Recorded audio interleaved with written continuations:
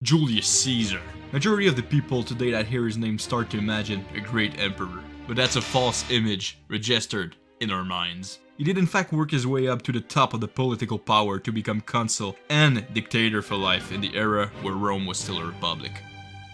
Tonight I'll present to you the man who represented the living definition of limitless ambition and also the successor of Alexander the Great on the podium of the greatest conquerors in history, Julius Caesar.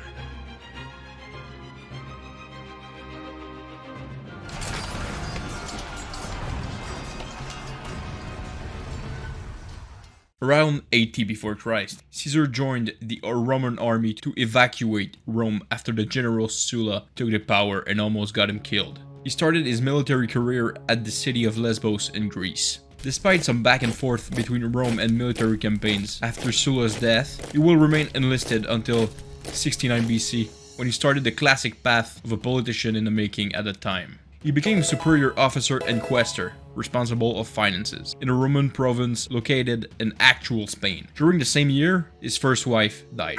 After the funerals, he started his path to go back in Spain, but on the road, the legend will say that he encountered a statue of Alexander the Great. He fell down to the feet of the statue while realizing that at the same age, Alexander already had the world at his feet compared to him who hadn't really accomplished nothing really comparable. And he decided that from now on, he would do everything in his power until his last breath to equal Alexander.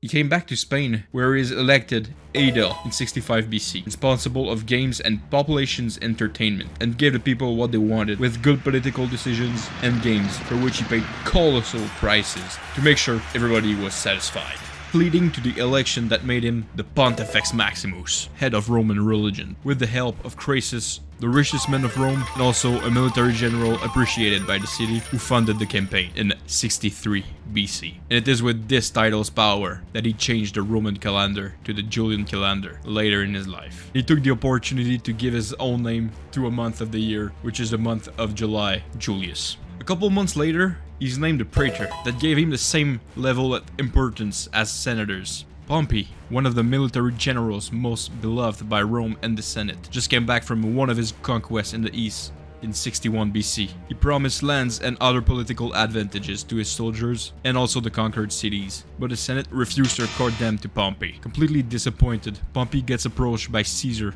who wants to create an alliance between Crassus, Pompey, and himself. The first triumvirate in history had just been created, an engagement that made them promise to not harm each other. To make the deal even stronger, Caesar gave his daughter's hand in marriage to Pompey. A year later, in 59 BC, Caesar was elected as consul of Rome, thanks to the financial help of Crassus and political help of Pompey, as agreed between them. During a year, Caesar respected all of his commitments to the city, which accorded him a lot of popularity from the Roman people. But knowing that a consul only stayed in power for a year, he started to think about his future career. Rome gave him the title of proconsul, which will let him govern a province of the Republic. He also got a couple legions accorded to him by the Senate. The triumvirate is still active. Pompey got him the opportunity to choose which province he wanted to govern. Caesar, always having limitless ambition and his desire to reach the glory of Alexander, he chose a far Roman province, near a territory Rome never had been able to conquer before: Gaul.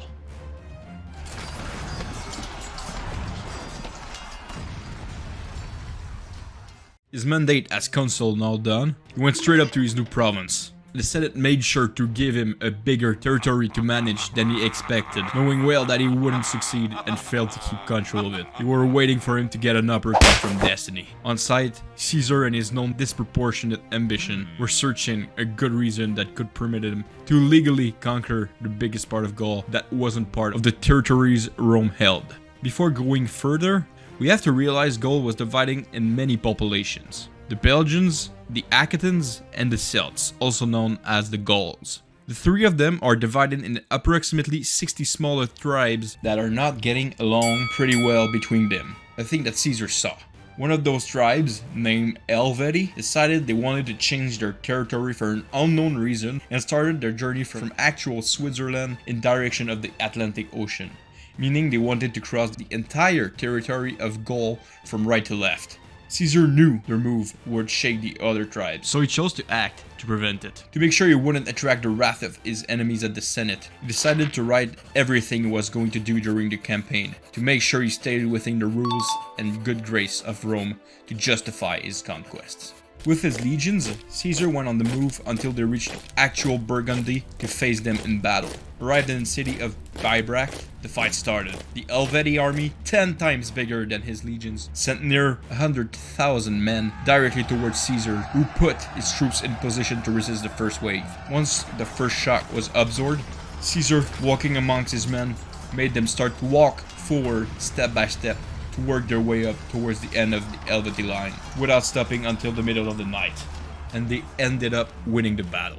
But the results are atrocious. From the 300,000 Helvetii at the start, only 110,000 survived the battle. Caesar, being himself, wanted to get more power and more popularity in the eyes of Rome, decided to go after another tribe, the Germanic tribe, for no other apparent reason outside of his wish of personal conquest and glory. He subjected all the other Gallic tribes, one after another, to this cycle of war, going as far as make his legions get on boats to cross the English Channel to go in England, thinking it was part of Gaul. Caesar did what Napoleon never would and conquered a part of England. But two news arrived. Crassus died in a war, and Julia, Caesar's daughter and spouse of Pompey, also passed away while giving birth. Learning that, he realized the triumvirate is over.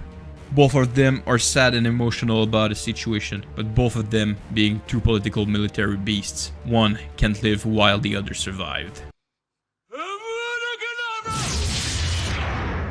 But Caesar isn't ready to fight Pompey for the power. He's not done in Gaul. The integrality of the Gallic tribes formed a coalition to end the conquest of Caesar. They named the chief at the head of their army, the legendary Vercingetorix. He wants to kick Caesar out of Gaul. To proceed, he threw all the food in the sea and put all the habitations in fire.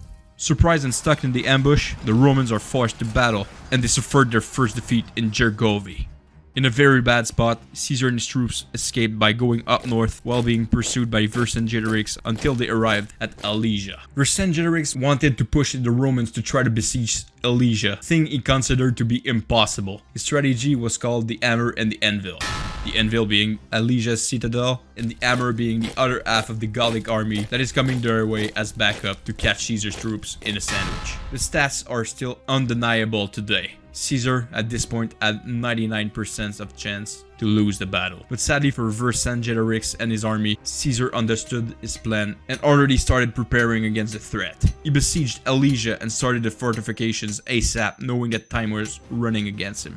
He made a double defense system on a 14-kilometer circumference. First line of defense, holes of a 1 meter depth with a stake sharpened and fire hardened. Second line of defense, a field full of metal spikes encrusted in the ground. Third line of defense, branches sharpened and fire hardened, connected to each other in the ground that makes them unmovable. Fourth line of defense, 2 dug ditches, impossible to cross for the enemy's cavalry who must abandon their horses to keep going. Fifth line of defense, 2 walls on each side of Caesar's camp to protect them from the inside and the outside. After 3 days of battle, the relief army of Vercingetorix finally went through the wall and started taking out the troops of Caesar. When he had an idea that changed everything, he sent a part of his cavalry behind the relief army to enter the Roman camp from the breach and used Vercingetorix's own tactics against his troop and decimated the relief army. After a bit of time, Vercingetorix, stuck in Alesia, took the decision to surrender to his opponent to spare the lives of his men and was therefore considered as defeated and prisoner of Julius Caesar.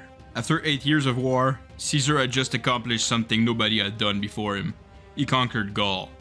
In 50 before Christ, he published his campaign report on his actions he documented for the past 8 years. A book we can still read today that is called Commentaries on the Gallic War.